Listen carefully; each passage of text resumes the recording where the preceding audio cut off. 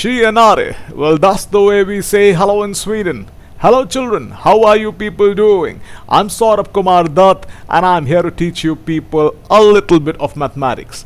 Now children, this magnificent building that you get to see is actually the Skokloster's castle near Stockholm, Sweden. It's an awesome place to be in because here you get to see the Baroque style architecture which was built by Count Carl on a peninsula of Lake Mälaren to celebrate the Swedish age of greatness. Make sure you visit this magnificent place and are mesmerized by it. But all the people of Sweden that you get to meet there, do say to them, Tjenare.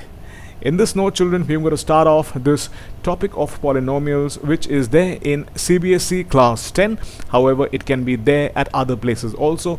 So we will look up what the basic definition of a polynomial is, and after that we will be looking up what the different theorems which are applicable to it, and then further we'll get on to sums, right? So first, guys, the meaning of the word polynomial. Now guys, when we talk about a polynomial, we are quickly reminded of an algebraic expression, right? For that matter, let's say we have an algebraic expression which is some ax square plus bx plus c, right? When you talk about this, which has constants and variables and also some operators like the plus sign or the minus sign, which are known as separators, then you call this to be an algebraic expression.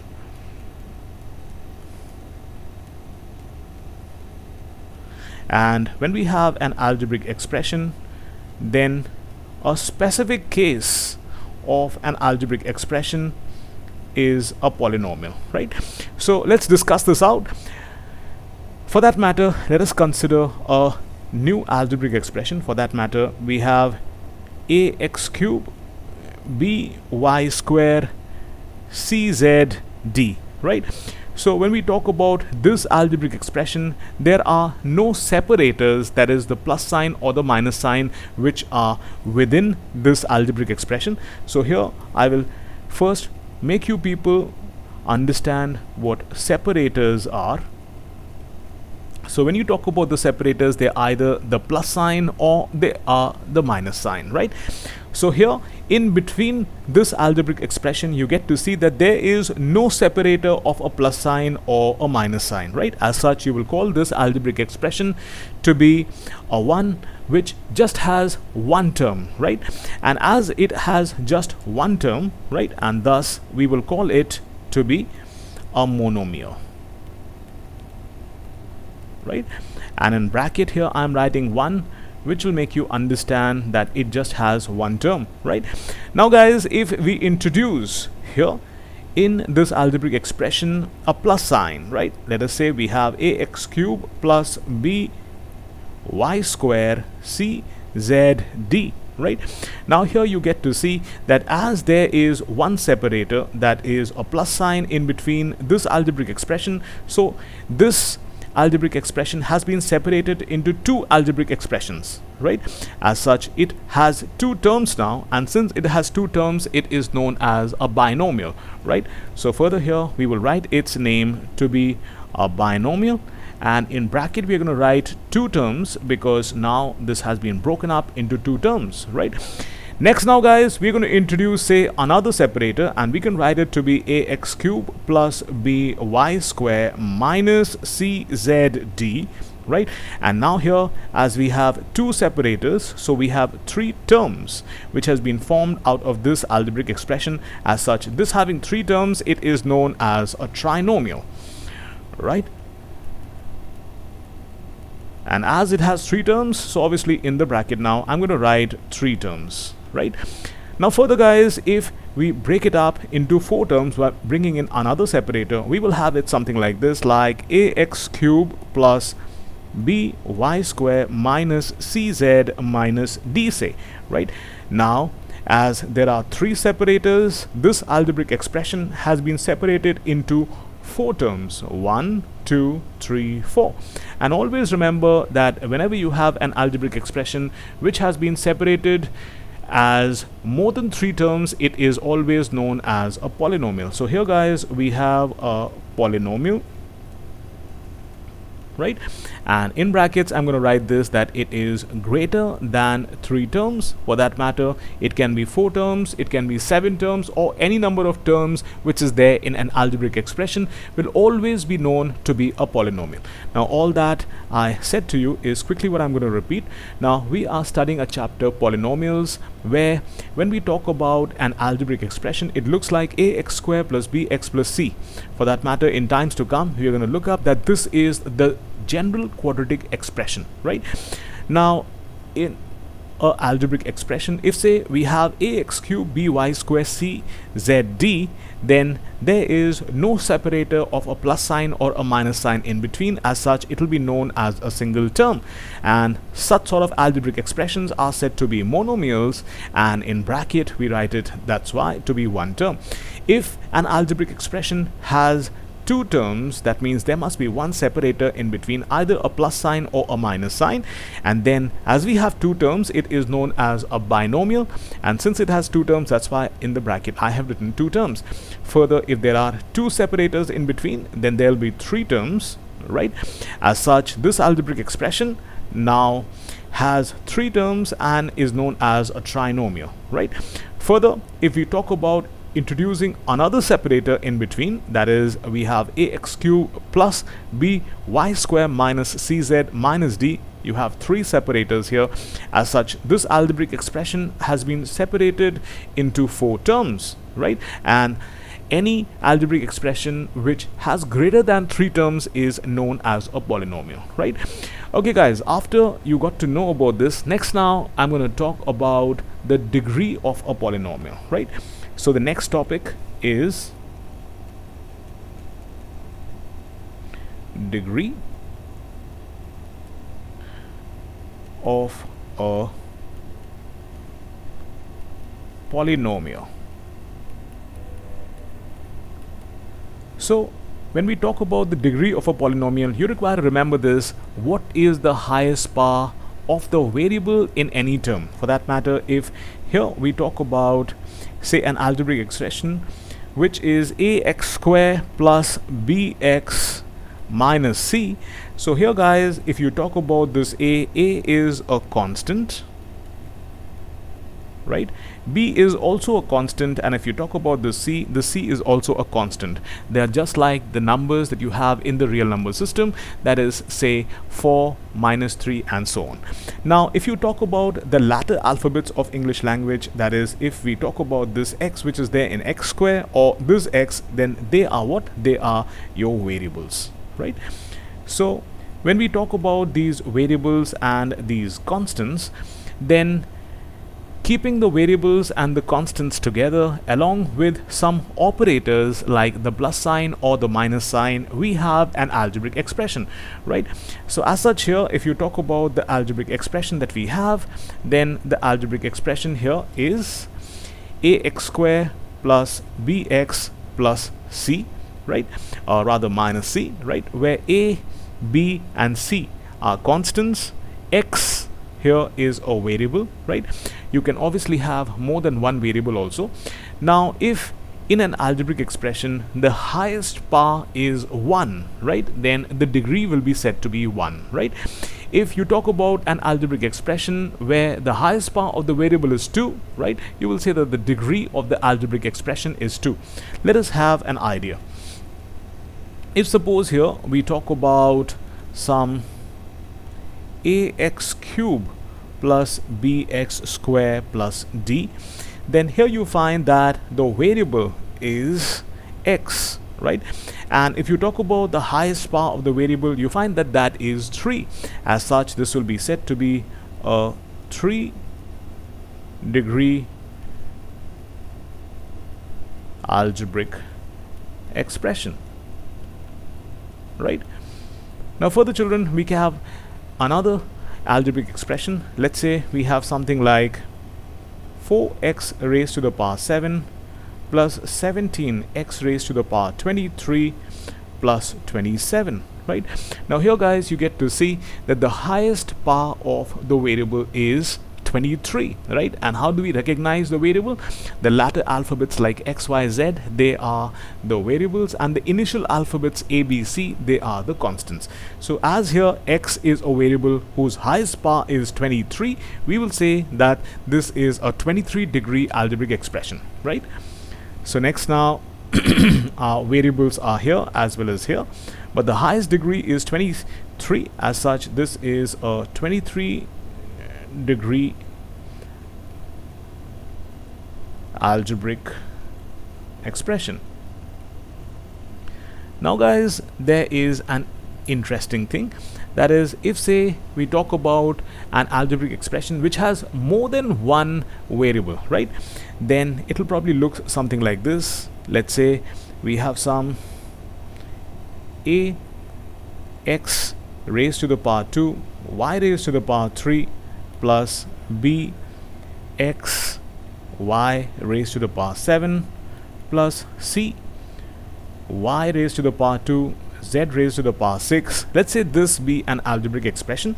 Now here you can easily identify that if you talk about x, or if you talk about y, or similarly the x and y that are here, or the y and the z that are here, they all are the variables, right?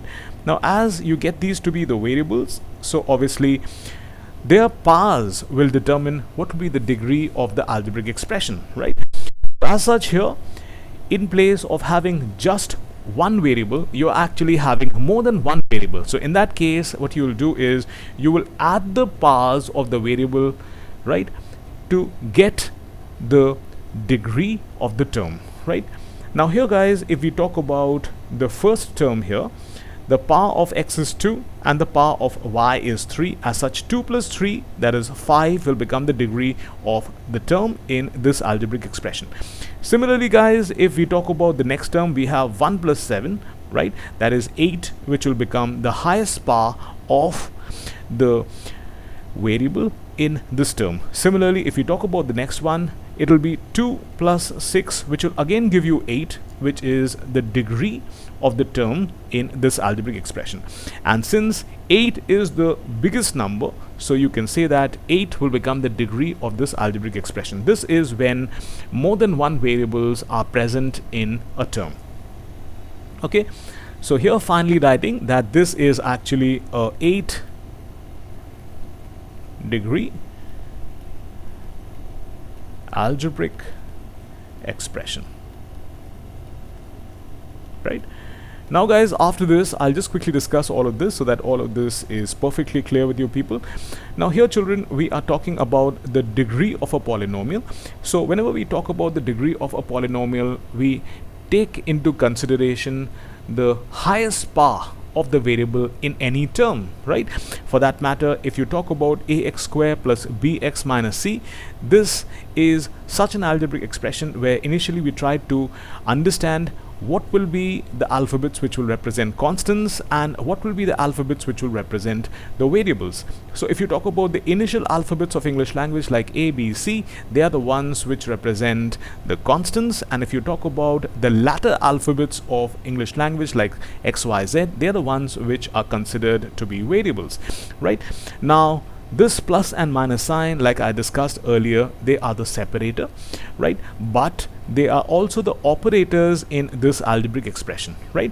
So further, when you talk about this algebraic expression, right, in this polynomial we get to see that the highest power of the variable is 3, right, in the first term. As such, the highest power of the variable being 3, we call it to be a 3-degree algebraic expression, right? Now further, we talk about another case where if say we talk about the different terms, the highest power of the variable, that is x, is 23 in the second term. As such, this becomes 23-degree algebraic expression.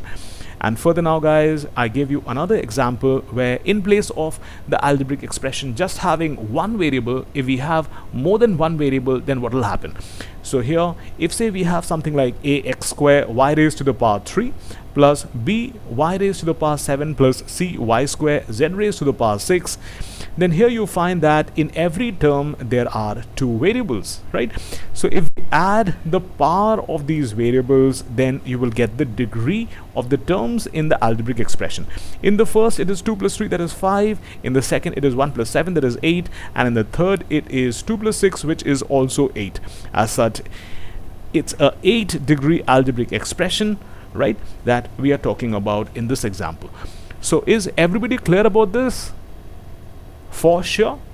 That's good, guys. Now after this we will now be talking about how we find out the relation between the coefficients of the different degree terms and the zeros of a polynomial.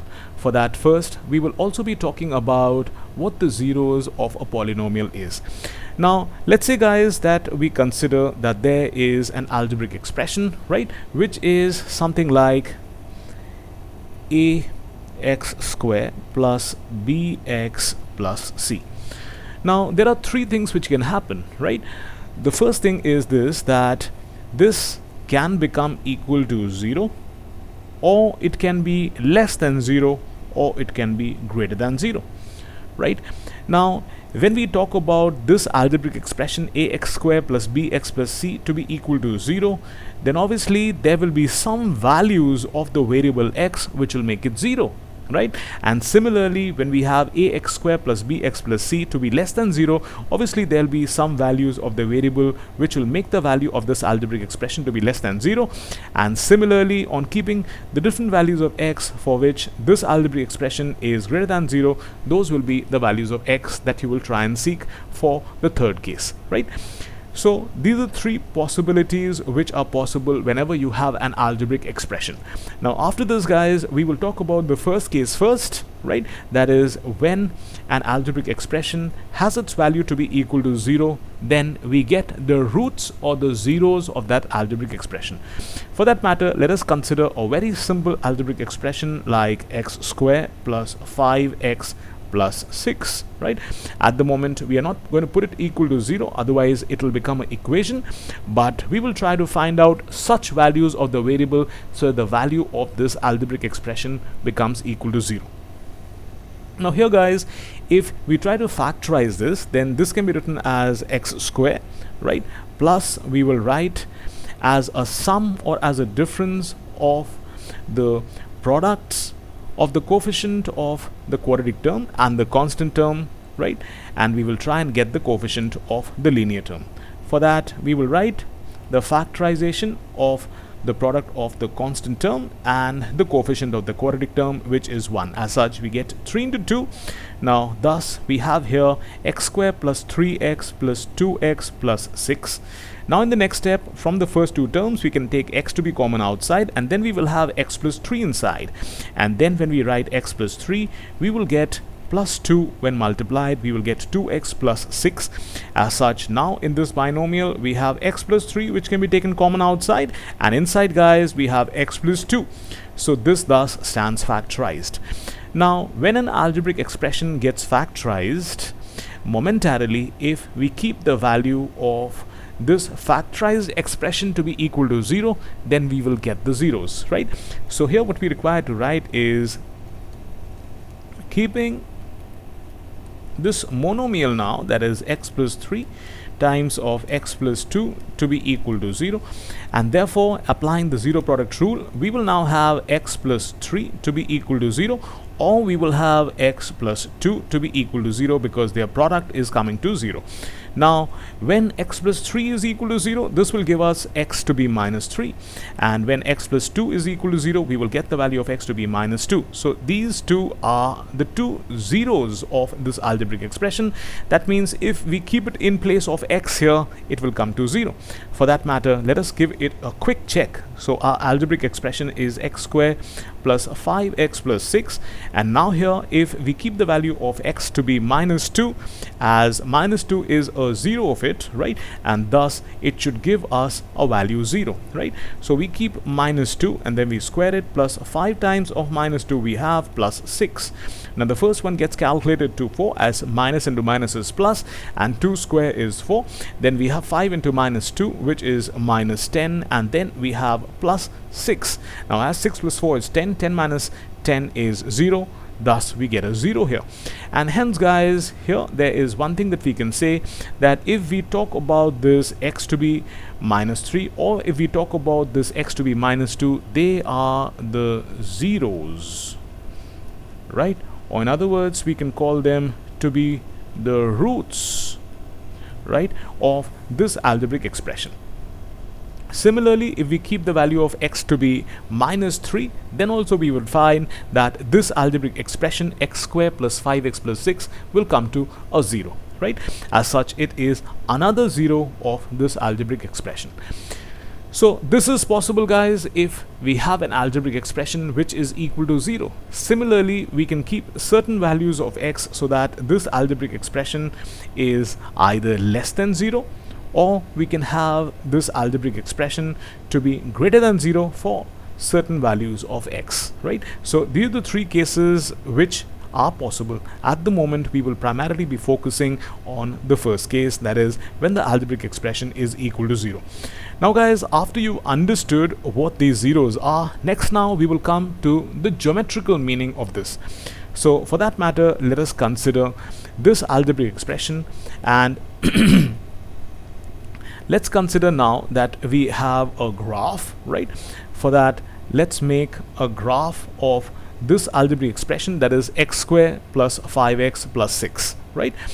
Now for that, first what we require is, we require here an x-axis, right? So let's say we make the x-axis, which is the horizontal axis, something like this,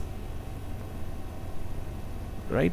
And over that, obviously we will be making a y-axis, but for the time being, let's first make a graph that is the requisite graph. And in times to come, you will get to see in higher classes that if you talk about an algebraic expression which is quadratic in one variable and is linear in the other, then we call it to be a parabola. So in this case, the graph that you will get by plotting the different points of x and y, we will get it to be a parabola, where y are the different values of the function, right? That is, if you talk about this x square plus 5x plus 6, it's actually a function f of x, right? So now when you plot it guys, you will get it to be a vertically upward parabola, right? And as it's a vertically upward parabola, it will come out to be, say, something like this, right? So here now we will be talking about the y-axis, right? So when we talk about the y-axis, we will now be making the y-axis next. So let's say that we have the y-axis to be here somewhere.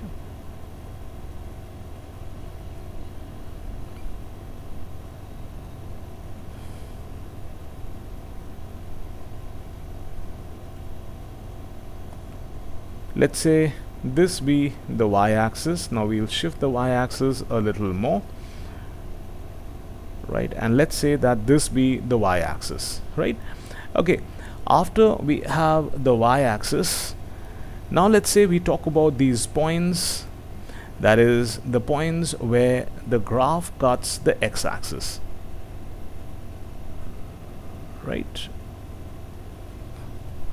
So this guys, the point of intersection of the x-axis and the y-axis, as you know, is known as the origin. So we are considering this to be the x-axis, this to be the y-axis, and the points where the graph has cut the x-axis is one of the points which is x is equal to -2, and the other point is x is equal to -3, right? And here the graph that we are talking about is x square plus 5x plus 6, and like I told you, this algebraic expression must be equal to some y, and that obviously is a function of x. As such, we write it to be some f of x, right? So if we talk about the geometrical meaning of this algebraic expression to be becoming equal to 0. So when it is traced, it comes out to be like this, and when it is equal to 0, then we find that this algebraic expression has its y coordinate to be equal to 0, right? So this is the geometrical meaning, that whenever we talk about the zeros, they are actually those points on the x-axis where the y coordinate is equal to 0. Now children, I like you people to write this.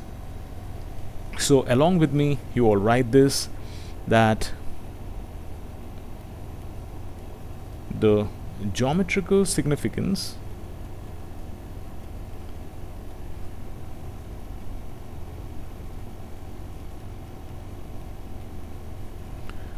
of zeros of a polynomial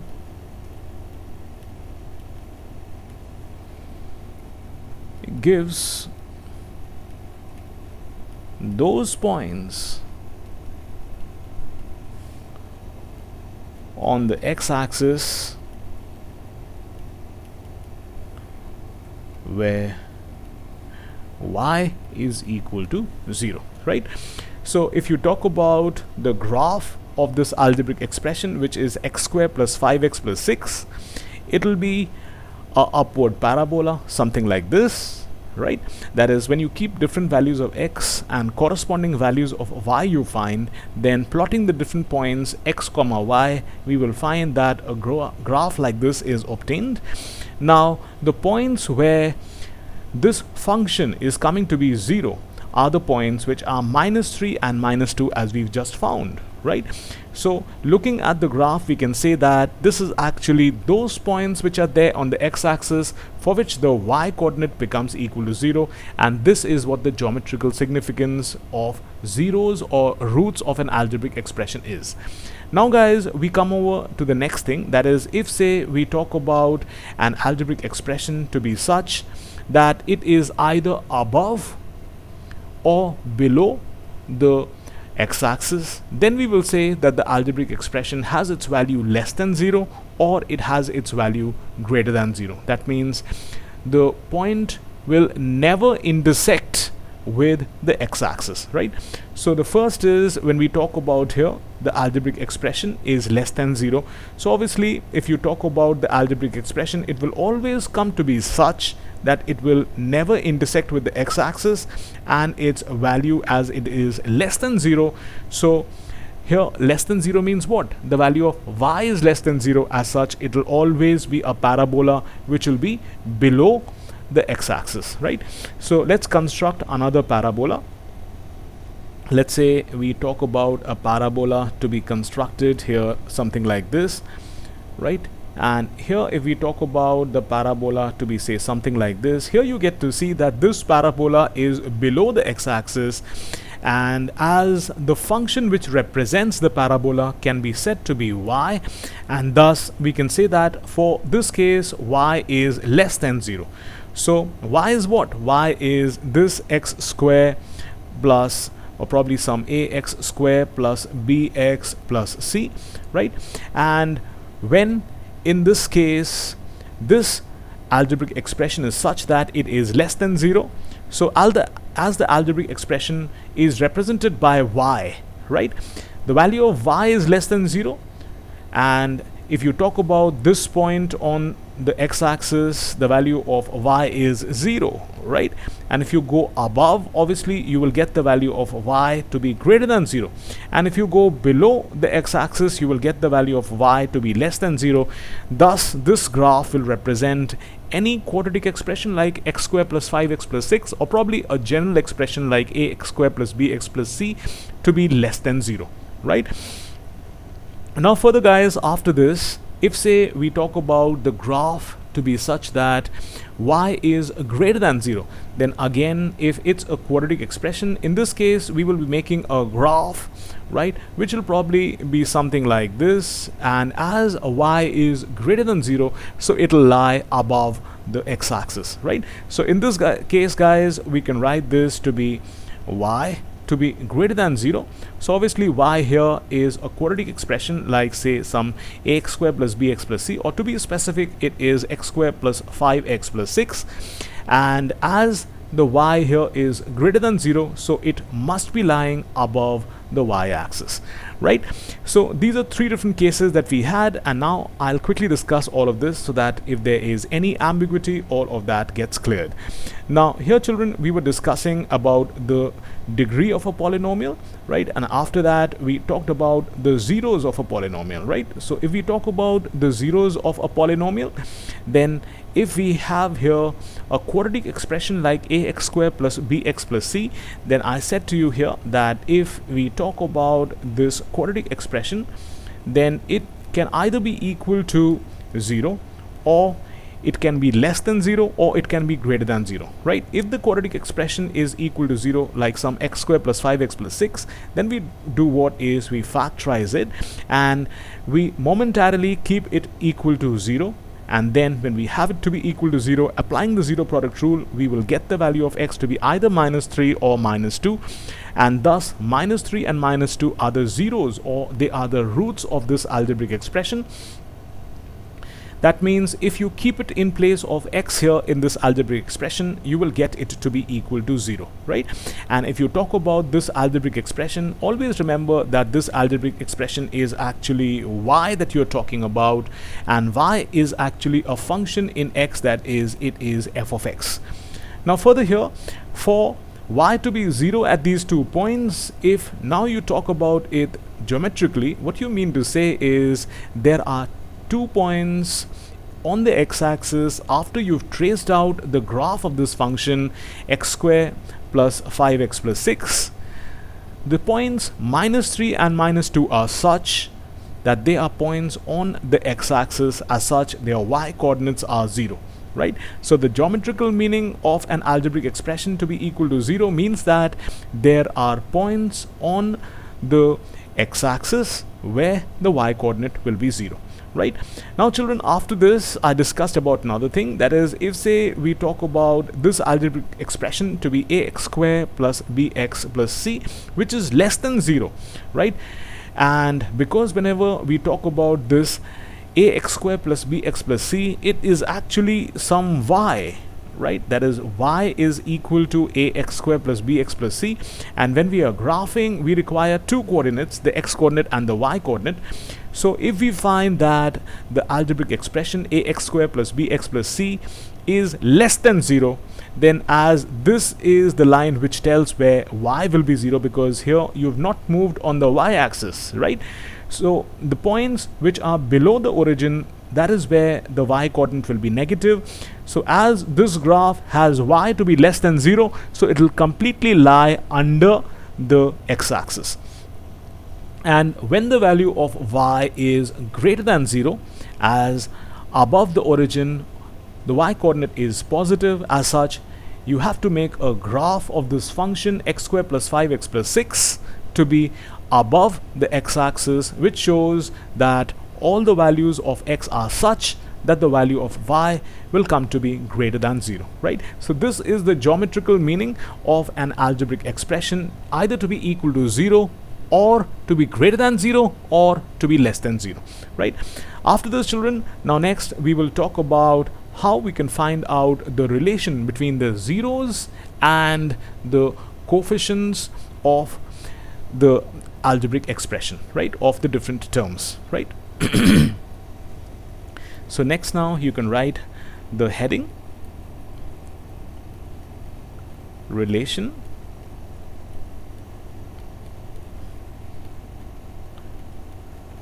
between zeros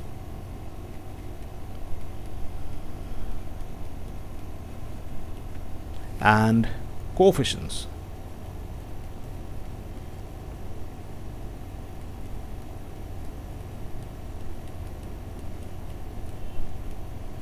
Right? Now children, when we talk about the relation between the zeros and the coefficients, let's say we consider the basic case, that is when we have an algebraic expression which is, say, a quadratic algebraic expression. For that matter, let us consider that we have some ax square plus bx plus c, and let's say we want to find out this relation, right? For that matter, let us consider that the two roots that this algebraic expression has are alpha and beta. Why did I say two? That is because whenever you have an algebraic expression where the highest power of the variable is 2, then it will have two zeros. If the highest power of the variable would have been 7, then there would have been 7 roots or 7 zeros for this algebraic expression, which would have made it 0, right? So now we have alpha and beta, which will be the two zeros of this algebraic expression, right? So we have here a relation between the coefficients and the zeros to be alpha plus beta, which is equal to minus b upon a, that is minus times the coefficient of the linear term divided by the coefficient of the quadratic term. And the second relation is alpha beta is equal to c upon a, that is the product of the zeros is equal to the constant term divided by the coefficient of the quadratic term. Now after this, children, next we talk about another, that is if we now have a cubic polynomial, right? That is, let's say we have it to be, say, some ax cube plus bx square plus cx plus d, which is a 3-degree polynomial. And in this, say, again we require the relation between the coefficients and the zeros.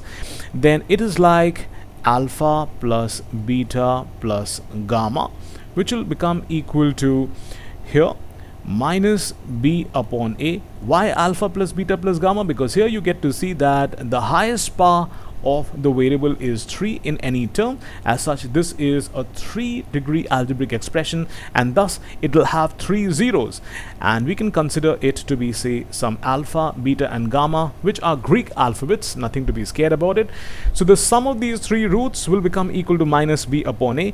And now guys, if we talk about the other, then we will have here alpha beta plus beta gamma plus alpha gamma, which becomes equal to c upon a. And further we have alpha beta gamma, which becomes equal to d upon a. These are the 3 relations that you have with the zeros, that is alpha beta gamma, with the coefficients a b c d, right? This is all that you require to remember. So all of this, guys, I'll quickly repeat to you people. That is, when we talk about the relation between the zeros, right, and the coefficients, first let's talk about a quadratic expression. So if we have some ax square plus bx plus c, which has the roots or the zeros to be alpha and beta, for that matter, whatever be the natural number which represents the highest power of a variable in any term, then that becomes the degree of that algebraic expression. And here if we have it to be 2, thus this algebraic expression will have 2 zeros or will have 2 roots, and that has now been represented by the 2 Greek alphabets alpha and beta, right? So here we have the sum of these roots as alpha plus beta is equal to minus b upon a, and we have the product of the roots alpha beta to be equal to c upon a, right? Now further, guys, this is for a 2-degree algebraic expression. If we have a 3-degree algebraic expression, then the roots will be some alpha beta gamma, right? That is, these are the 3 zeros, as the highest power of the variable is 3. Thus this is the 3-degree algebraic expression, which will have 3 roots now, right? Alpha beta gamma, and their sum will become equal to minus b upon a, right? The sum of the products of 2 roots at a time, that is alpha beta plus beta gamma plus alpha gamma, is equal to c upon a, and the product of all the roots is equal to minus d upon a, right? So these are the 3 equations which you have, which represent the relation between the zeros and the coefficients, which in times to come you're going to use in sums, right? So after this, guys, we will be starting off with certain sums and we'll discuss it out. Now children, the first sum that I have for you people is something like this. That is, we have here to find out the zeros of a quadratic polynomial and verify the relationship between the zeros and the coefficients of x square minus 2x minus 8. So first, children, we should find out the zeros or the roots by factorization. So here what we do is we have here x square minus 2x minus 8, and now we can write the product of the prime factors of the constant term and the coefficient of the quadratic term, which is 1. As such, now from 8 we have to bring 2. So if we write minus 4x plus 2x, we will get to minus 2x, and that is what we do in the next step. That is x square minus 4x plus 2x, right? That will give us minus 2x here, right? And further we have minus 8. Now in the first two terms we find that there is x which is common, and inside then we'll be left out with x minus 4. And now when we write x minus 4, this will go plus 2 times, right? As such, here we will now have further after this x minus 4 being common in this binomial. We will take it out, and inside, children, we will have x plus 2 here. As such, we now have next x minus 4 times of x plus 2, right, which is here the factorized algebraic expression. That is, from a trinomial it has been converted to a monomial, right? Now, children, momentarily when we keep it to be equal to 0, we will get the values of the zeros or the roots. So now we can say, by keeping x minus 4 times of x plus 2 to be equal to 0, x will either come to be equal to 4 or it will come to minus 2 by applying the zero product rule. Now after this, next now is our task of finding out the relation between the zeros and the coefficients, right? And we know this, that since for ax square plus bx plus c, if the roots are alpha and beta,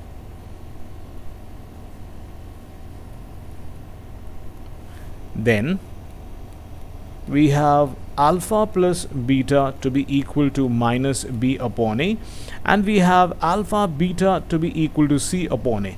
So these are the two things we are going to check and show. So now here we have the value of alpha and beta. If you talk about the value of alpha, it is 4, and if you talk about the value of beta, it is minus 2. That is, these are the two zeros, right? And as we have the coefficients a, b and c before us, that is, if we talk about the equation which has been, or rather the expression which has been given to us, it is x square minus 2x minus 8, and therefore here we have the value of a to be equal to 1, the value of b to be equal to minus 2, and the value of c to be equal to minus 8, right? And thus we have the value of a, b and c. Now we will now have to check it in the first equation and in the second equation, and if it comes to be correct, we can say that it stands verified. So here, children, if you talk about the first equation, we have alpha plus beta. Now as alpha is how much? Alpha is 4, right? And if you talk about beta, beta is minus 2, so plus minus 2. Their sum should come equal to minus b upon a, and b is how much here? Minus 2. And if you talk about the value of a, it is 1, right? So 4 plus minus 2 will become equal to 4 minus 2, and that will become equal to minus minus plus 2, right? So obviously 2 comes equal to 2, and therefore you can say that it stands verified, right? Now after this, children, we will now be talking about the next thing. That is, we will now be talking about the second equation, right? So in the second equation, what do we have? In the second equation, we have to show that alpha beta is equal to c upon a. So here, when we keep the value of alpha and beta, alpha here, children, is 4, right? And beta is minus 2. As such, we have here 4, which is to be multiplied with minus 2, and we will have it to be equal to c upon a. And let's talk about the value of c. C is minus 8 and a is 1, right? So we have minus 8 upon 1. Now 4 into minus 2 will become minus 8, which will become minus 8 upon 1, that is minus 8. And again, here we can say that this stands verified, right? And therefore our task is done, right? Now children, I'll just quickly explain all of this all over again, so that if there is any doubt anywhere, all of that gets cleared. Now in the question you've been given, find the zeros of the given quadratic polynomial and verify the relationship between the zeros and the coefficients of x square minus 2x minus 8. So here what we do is we first try to factorize this and get the zeros. So if you write the product of the prime factors of the constant term and the coefficient of the quadratic term, you will get it to be 2 into 2 into 2. You normally do it by prime factorization. This is a shortcut where you can just write the product of the prime factors directly, that you know, right? As you know that 2 cube is 8, so you can just write it to be 2 into 2 into 2. Now from 8 we can get to 2 by writing it to be 4 minus 2, and since there's a negative sign which is involved, so you will write minus 4x plus 2x, right? Now out of the first two terms you have x which is common outside, and then we have x minus 4 inside, and then again when we write x minus 4, this will go plus 2 times.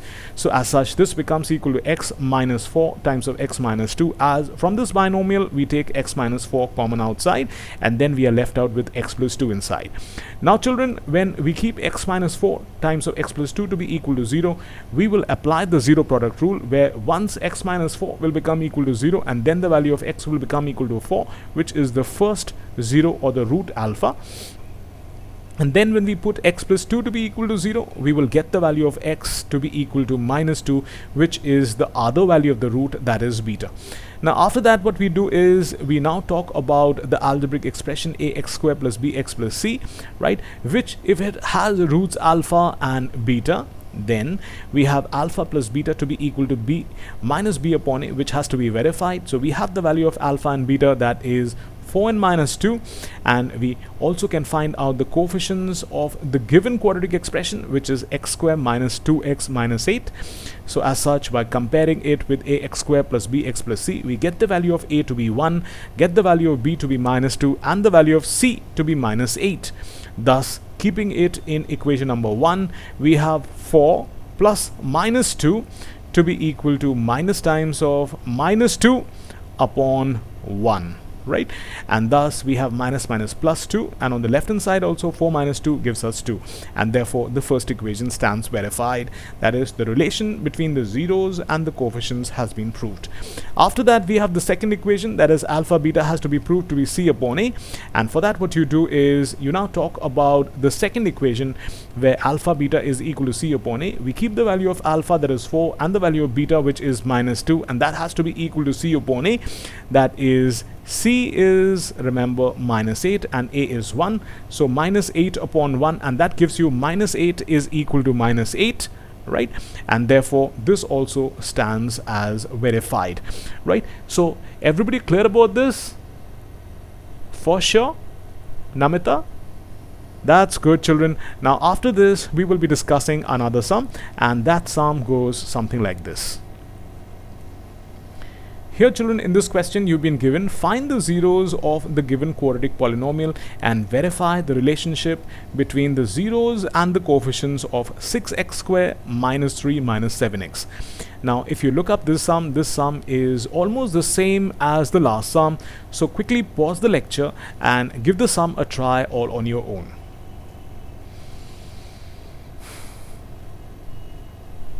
Okay children, considering this that you people have tried the sum out, now I'll be discussing the sum.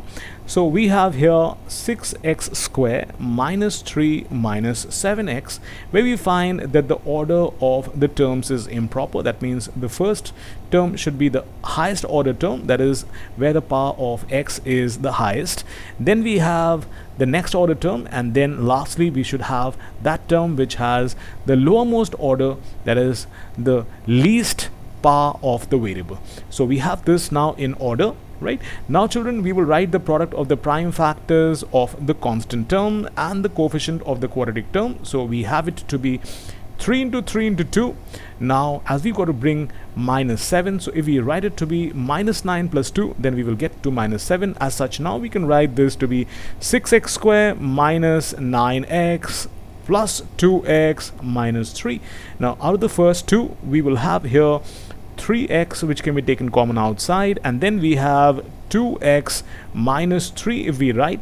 So we will get 6x square minus 9x, right?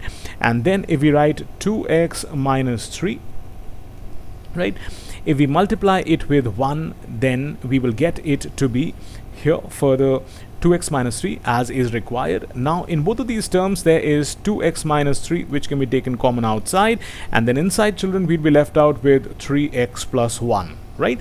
As we have this now as a monomial, so obviously it stands factorized. Now further you will say, on keeping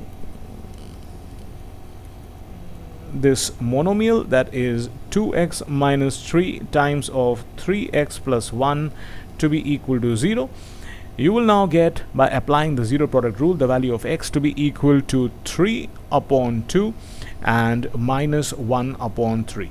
Now how does that happen? I'll tell you quickly. If you keep 2x minus 3 to be equal to 0, 2x will become equal to 3, and which will further imply that x will become equal to 3 upon 2.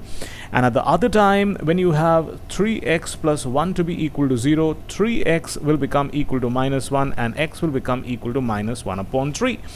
Right, this is how we get the value of x to be 3 upon 2 and minus 1 upon 3. And after this, guys, next going to proceed, and we will now be talking about the relation between the zeros and the coefficients, right? So we will say here, since for ax square plus bx plus c, the coefficients and zeros are related by alpha plus beta to be equal to minus b upon a, and alpha beta which is equal to c upon a, which can be considered to be, say, some equation number 1 and say some equation number 2, right?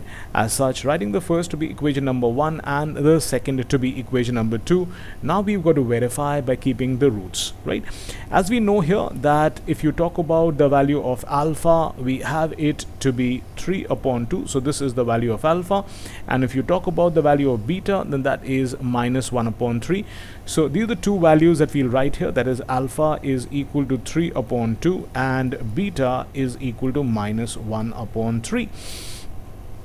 Right, and then we will also write the values of a, b and c, and since here our quadratic expression is 6x square minus 7x minus 3, and therefore we will have the value of a to be equal to 6, the value of b to be equal to minus 7, and the value of c to be equal to minus 3. Right, further now, guys, we will talk about equation number 1, which we will try and verify. Now in equation number 1, we have to prove alpha plus beta to be equal to minus b upon a. Now alpha is here 3 upon 2, to which you have to add beta, which is minus 1 upon 3, right? And you've got to show that their sum is equal to minus times of b, that is minus 7, divided by a, which is 6, right? Now further, guys, on the left hand side, when we take an LCM, it will become equal to 2 into 3, that is the product of the two different numbers which have nothing in common, and then we will have 9 minus 2, that will become equal to 7 upon 6. Now when we talk about the other side, minus minus will become equal to plus, as such we will have 7 upon 6, and therefore it has been shown that 7 upon 6 is equal to 7 upon 6, and thus you can say that the first equation which shows the relation between the zeros and the coefficients has been verified. Now after this, children, we come over to the second equation, and we know that the second equation tells us this, that alpha beta should be equal to c upon a. Now next, now we keep the value of alpha, which is 3 upon 2, and we keep the value of beta, which is minus 1 upon 3, and we've got to show that that's equal to c upon a. C here, children, is minus 3 and a is 6. So c is minus 3 and a is 6, right? Further now, if we talk about 3, it gets cancelled with the 3 that is there in the denominator, and thus we have it to be minus 1 upon 2. And on the other side also 3 gets cancelled with 6 2 times, and we have it to be minus 1 upon 2. And therefore we can say that this again stands verified, right? That is, the relation between the zeros and the coefficients has been verified. So this is all that we had to do in the sum. So I'll just quickly discuss this all over. In the question, children, you've been given that you have to find out the zeros of the algebraic expression 6x squared minus 3 minus 7x, and after that you have to establish that the relation between the zeros and the coefficients is fine. So here what we do is, first we write the given algebraic expression in proper order, such that the first term is the term with the highest degree, the next with the next higher degree, and the last to be the least degree term. After that, we write the product of the prime factors of the constant term and the coefficient of the quadratic term. That comes to be 3 into 3 into 2. Now from that we've got to bring minus 7. As such, we write minus 9x plus 2x, and further after that, from the first 2 we find 2x is common, 3x is common, so we take it out, and inside we are left out with 2x minus 3. Now when we write 2x minus 3, that will go plus 1 times. As such, from this binomial, taking 2x minus 3 to be common outside, we have 3x plus 1 inside. Now children, after this, when we keep 2x minus 3 times 3x plus 1 momentarily to be equal to 0, we get the values of the zeros as 2x minus 3 is equal to 0, 2x becomes equal to 3, and x will become equal to 3 upon 2. And when 3x plus 1 is equal to 0, 3x becomes equal to minus 1, and x becomes equal to minus 1 upon 3. Now children, after this we get the value of alpha, which is 3 upon 2, and the value of beta, which is minus 1 upon 3, that is the two zeros. After getting the zeros, now is our task to verify the relation between the coefficients and the roots or the zeros. So if our general quadratic expression be ax squared plus bx plus c, so the coefficient of x squared is a, coefficient of x is b, and the constant term is c. Right? And thus guys, if you talk about the sum of the zeros, that is 3 upon 2 and minus 1 upon 3, it should come to be minus b upon a, right? And since here we have 6x squared minus 7x minus 3 to be the same as ax squared plus bx plus c, we can compare it with ax squared plus bx plus c and get the value of a to be 6, minus 7 and minus 3. Now here we have alpha plus beta, which is the sum of the zeros, to be minus b upon a, right? And when you keep it to be minus b upon a, we should have it to be minus times of minus 7 upon 6. That is, it should become equal to 7 upon 6, as minus into minus is plus. On the left hand side, we have here the two zeros, 3 upon 2 and minus 1 upon 3, which have to be kept. Right? And further here, when we take an LCM, this will become equal to 2 into 3, and in the numerator we will have 3 into 3, that is 9 minus 2, that will become equal to 7 upon 6. As both the sides match, thus we can say that this stands verified. After this, we have to now verify the second equation, which is alpha beta, which should come out to be c upon a. Now alpha is 3 upon 2 and beta is minus 1 upon 3. It should be equal to c, that is minus 3 upon a, which is 6. So we keep these values and we find that 3 gets cancelled, and thus the final result on the left hand side becomes equal to minus 1 upon 2, and the final result on the right hand side is minus 1 upon 2 even. Thus this again stands verified. As such, you can say that here we've been able to prove that the relation between the zeros and the coefficients is perfectly fine, right? And this is all that was there in the sum and also in this lecture. So I hope, children, that you've been able to understand all of this, and after you've understood this, you're going to do a practice of this, because remember, maths without practice is of no benefit.